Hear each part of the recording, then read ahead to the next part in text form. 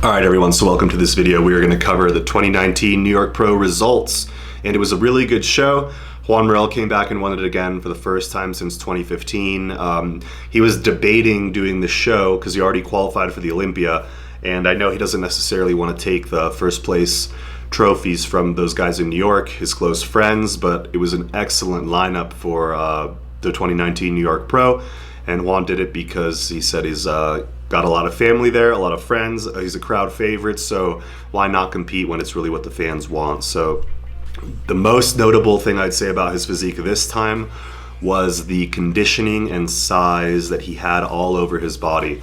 So Juan Morel usually will have a part of his body that's a weak point, whether it's his legs being flat, his legs being small. Sometimes his upper body can be a little flat and his legs will lose definition. So he's a great bodybuilder, but he's just lacking enough, we'll call it structural genetic gifts, that with his conditioning and his size he can make up for it. But he isn't one of those types of guys that can come in a little bit off and his whole physique still looks really good. He starts to lose some of that Lavroni-esque presentation, so he nailed it this time. It is probably, in my opinion, his best package ever. I heard some people disagreeing with that, but I just think the way he carried himself, the way he posed, the way he held the poses and took control of the stage, I don't think he's had a better show than this show. It's kind of like he was competing against the amateurs, and everyone did look really good. So we'll quickly touch on the rest of the top five, a couple notables, and then we'll move on to briefly talk about the 212 and just say what's up to the classic physique division also quickly. The top five lineup had Akeem Williams, John De La Rosa, Milan Sadek, Justin Luis Rodriguez, and you also see James Hollingshead up there. So I would say the most impressive thing I saw from the other four guys was Akeem's size in the upper back. I would say Milan Sadek's conditioning and presentation. He almost looked like a mini Juan Morel. He actually looked better at some angles, but was just kind of outmasked by Juan. John De La Rosa looked extremely impressive. I think this is the best he's looked in the late 2010s. And overall it was impressive, but it seems that the rookies, the new guys, had no business being in the top five. As you can see, James Hollingshead, I believe, fell out of the top five to 8th place, and Josh Wade also fell out into 7th place, even though he's not a newcomer. And obviously one of my favorites, my, I guess, most exciting person to come into the show was Robin Strand, and he really exceeded my expectations and went away with the top 10 as far as I figured that's where he'd place. I didn't think there'd be 24 or whatever many guys in the lineup, so for him to get top 10 and look his absolute best, honestly, it's freaky how big he is. So as soon as he puts on a little muscle in the right areas and can maybe keep his waist the same size or learn a little more control, he's gonna just look like a freak. So that's it for the open. Let's head into some 212 territory. All right, so in the 212 category, first place Ahmad Ashkenani, followed by the return of Eduardo Correa, and then I will say in third place, Kareth Bejo. Unbelievable conditioning. He did have a little bit of gyno, which is not something you like to see on the pro stage, but some of the interesting parts about this lineup is just kind of the mismatch in conditioning. A lot of the guys were off in certain body parts, so let's go ahead and look at 1 and 2. Then I want to quickly just compare Dura to those guys too. So Ahmad Ashkenani came in really big as usual, but if you compare the backs, you can quickly see that there's some water in his mid-back, which kind of ruins that taper and that size. He holds his arms up really high, which makes his torso look long.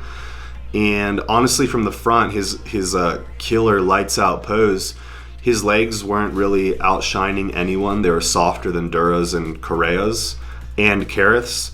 So I think Ahmad had one of the worst conditioning in the top 6 here.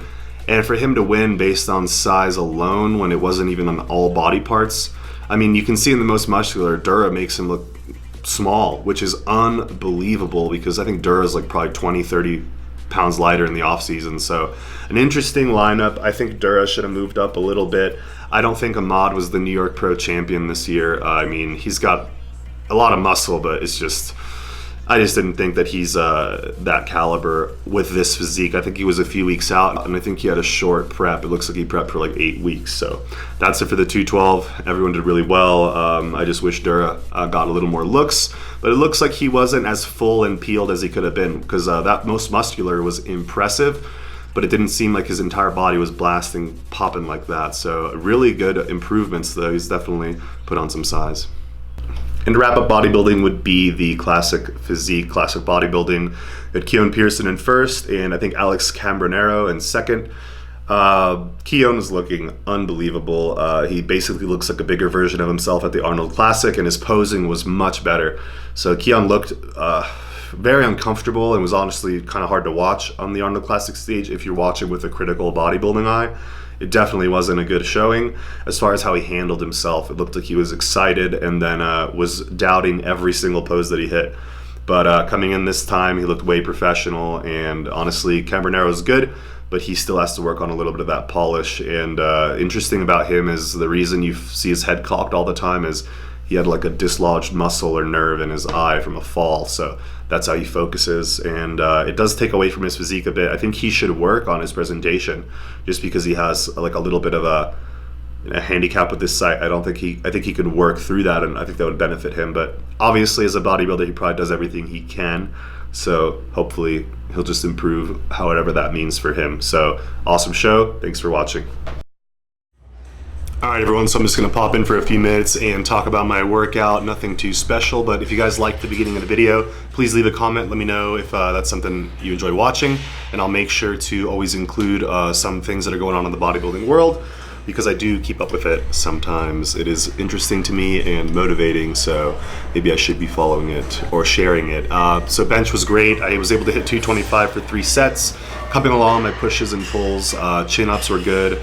Like I said, bench was good, and overhead press was good as well. So I won't make this video too long. I'll just leave a few minutes here, the training clips from the heavy stuff, and that'll be it. But like I said, 225 did feel good. It felt heavy. I feel a little weakness in my setup. I definitely feel weakness in my, not so much my power off the chest, just in controlling the bar. Like the bar feels pretty heavy in my arms, feels pretty heavy in my hands, kind of like it's a new exercise, which it's something I don't have that much experience with this year, so I'm gonna slowly ramp up, whatever that means. I can definitely, like, you know, what is it, go all out and just push. But like I said, or like I've been saying, recovering an injury, so training at 100% is impossible, but you don't need to train at 100% to build muscle. You can literally, no one trains at 100% of their 1 rep max to build muscle, right? So you don't technically need to train 100% at all. So it's just a matter of balancing how quickly I increase the weight. And this floor press is something I'm going to keep in. It isn't the entire range of motion of the bench press, so it's really not ideal for someone in my situation. It would probably be more ideal to be on a flat bench so I can get that full range, but this is something my physical therapist taught me, and what I like the feeling of laying on the flat. Why I like the feeling of laying on a flat floor is for that exact reason. You know, when you lay down on a massage table or a flat floor or like a bench and you feel your spine decompress and your body align differently, that's a great feeling that you get on the floor press. So not for beginners, but if you have some thickness to you, it's worth trying. All right, so we'll wrap it up here with some overhead press and chins. I was able to do, I believe, a 3x4 or 3x5 with 135. It doesn't really matter. My working or my current 1 rep max is probably a lot above 135 if I did go all out. But again, I'm trying to control everything. So I was able to knock out 3 sets of this and move on to chin-ups. 5 sets here of 4 reps, probably a 210-pound gym weight. So nothing crazy, but again, still letting that shoulder come back, and I can't be pushing as hard or pulling as hard as I want to. But right now, I want to push and pull at like a reduced intensity because it feels safe and it feels good. So there's nothing wrong with changing what you want or changing your goals or changing your habits. It's just better to change them before you get injured. But in my case, it's not what happened. It was just an overuse injury and a bad bench, bad form, bad exercise, really. So it happens, and once you do it, you got to avoid it. And if you notice here, I'm taking outside shoulder width grip. I think being at the shoulder joint is really difficult, and if you have a big back or huge arms, you'll get in your own way. So that's it, and I'll see you guys soon. Peace.